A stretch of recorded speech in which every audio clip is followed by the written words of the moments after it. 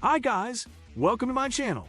So before we get started, make sure to hit that like button, also subscribe to my channel. In this video, we will talk about 9 reasons to love Ethiopia. So make sure to watch the full video. 1. The food factor.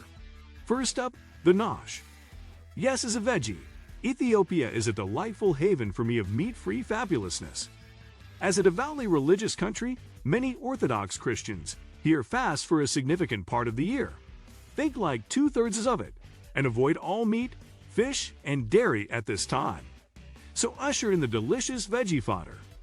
In addition to this factor, and don't worry meat lovers, you won't feel shortchanged, there's plenty for you too.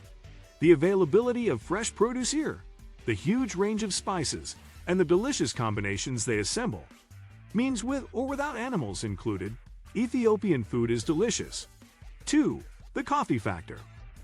Closely following the food factor is the coffee factor on my list of reasons why I love Ethiopia.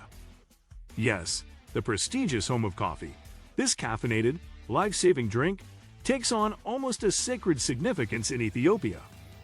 Anywhere that treats coffee with that level of respect is a winner in my book.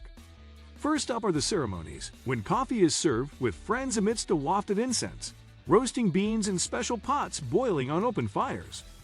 When asked why they spend over 1 hour to create, pour, and drink 3 shots of espresso, Ethiopians will likely meet your question with a confused expression and the reply, because it's beautiful. Enough said. Known as Buna and Amharic, the coffee here is served black, with lashings of sugar, unless you request without, and is made in a kind of similar way to Turkish coffee, although it tastes more earthy. It's the real deal, and it's also crazy cheap. 3. The people factor. There sure are some friendly folk in Africa, and there sure are some more than friendly folk in the Middle East, and in the middle of these parts of the world sits Ethiopia, which somehow manages to capture the welcoming nature of both and combine them into a totally unique level of hospitality. I do have to admit I was pretty intimidated before I arrived in Ethiopia, not knowing anyone who had been there and really unsure of what to expect. But I needn't have worried because I've rarely felt safer in my life. Especially as a solo female, I feel like I was extended the sort of welcome and generosity reserved for royalty. Only next-door neighbor Sudan came close to even touching it. 4. The history factor. It's got the oldest human ancestor remains ever discovered in the world, some of the oldest churches in the world, ruins from some of the oldest human civilizations, and many ancient living cultural practices that have changed little in thousands of years. Yes, if it's real, genuine, and unbelievable history you're after, Ethiopia is your bag. I know it's mine. From scaling the aerial rock monasteries of Geralta, to walking into the mysterious tombs of Aksum, marveling at the crumbling medieval castles of Gondar, silently witnessing the Orthodox Sunday Mass at Lalibela, or seeing Lucy in the National Museum. History is so rich, layered, and present in Ethiopia, it's almost impossible not to be blown away by it.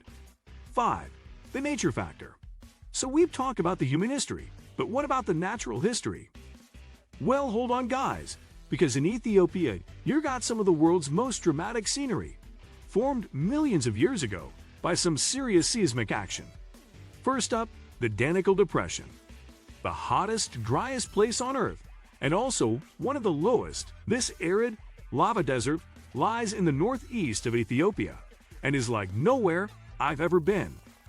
From bubbling sulfur pools to live volcanoes, salt lakes, and expansive lunar-like flats, this place is absolutely mad. 6. The culture factor.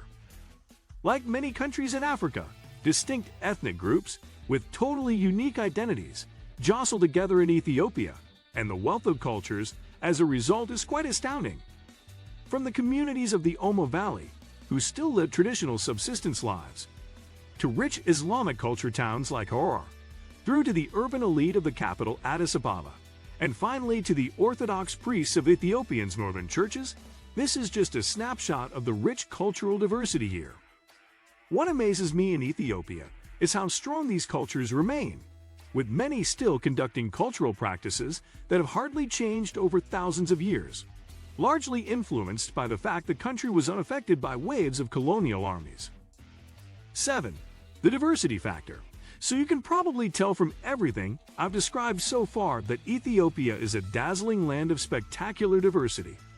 From mountains, lakes, rivers, forests and waterfalls situated at altitude, to flat tropical plains dotted with wild animals and tiny remote villages, to bustling cities full of young students, and finally to dry, flat lava landscapes, Ethiopia has it all. And while the roads here are pretty atrocious, domestic flights are cheap, easy, and plentiful. This makes it fairly simple to hop between the variant topographies of this large country, even in a short amount of time. 8. The bonkers factor.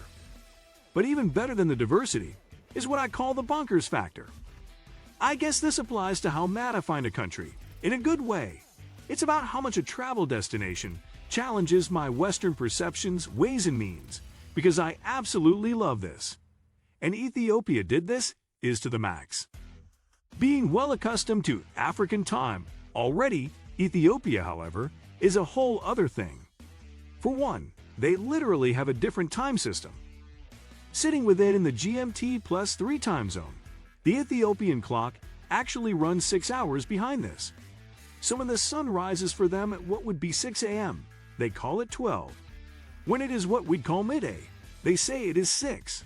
Ha! Does this give you a slight hint into how bonkers Ethiopia is? They've also got a different calendar. They are about 7 years behind our Western calendar.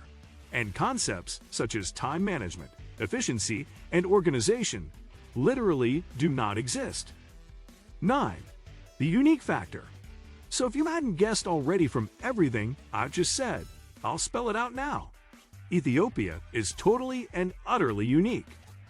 There is nowhere else like it on Earth that I've been, not to the north, south, east, or west. It stands alone, it stands proudly, and it stands defiantly. I honestly don't know how it developed such a different style of food, language, life, culture, geography, and coffee to its neighbors, but it has, and it's kept hold of them, strongly, tightly, steadfastly. It's honestly pretty amazing that in 2018 a country like this still exists. Of course, Ethiopia has not been immune to the influences of Western culture, modernization, or urbanization, and nor should we expect it to have been. But there is a delight in the fact it still remains very, very different. What do you think of our video? Let me know in the comment section below. If you enjoyed this video, make sure to hit that like button. Also, subscribe to our channel before you go. Thank you for watching.